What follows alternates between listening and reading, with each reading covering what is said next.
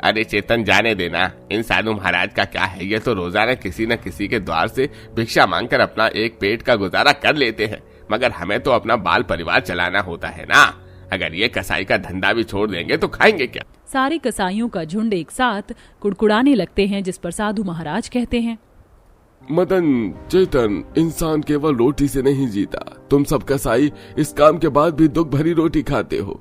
आंख उठाकर आकाश में उड़ते इन पक्षियों को देखो, जो न बोते हैं न काटते हैं, परंतु परमात्मा इनका भी पेट भरता है।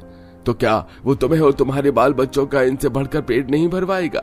याद रखना, यदि तुमने जानकर एक चींटी को भी मारा है तो भी तुम पाप के भागीदार हुए।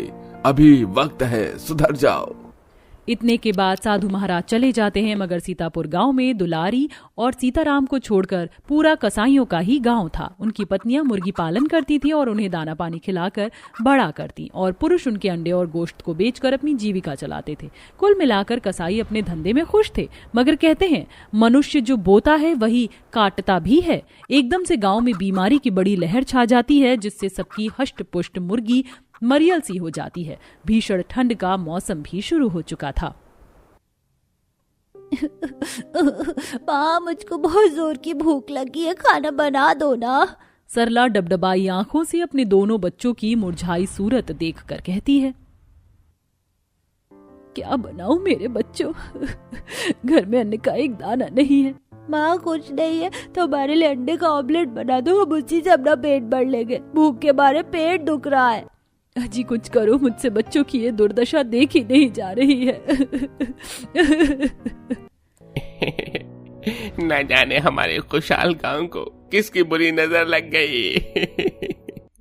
पूरा का पूरा कसाईयों का गांव भूखमरी का शिकार हो चुका था। वहीं सीताराम और दुलारी, जो कि धर्मी थे, वह अपनी मड़ई में सुख की रोटी खा रहे थे।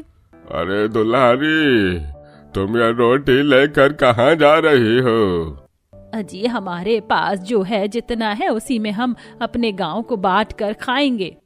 दुलारी, ये सब अपनी करनी का सजा भोग रहे हैं और तुम अपना निवाला इन्हें परोसने जा रही हो। दुलारी के दिल में सबके प्रति दया की भावना थी, इसीलिए वह थोड़ी रोटी में भूख से बिलखते बच्चों को खिलाती है। वहीं मदन अपनी मुर्गियों को हाँकते हुए दूर जंगल में छोड़ने के लिए ले आता है। चलो जल्दी से, जब तुम मुर्गियां मुझे अंडे नहीं दोगी तो मैं तुम्हें दाना भी नहीं खिलाऊंगा। जाओ इसी जंगल में खो जाओ, तुम जैसे मरियल मुर्गियों में मुझे कोई लाभ नहीं है।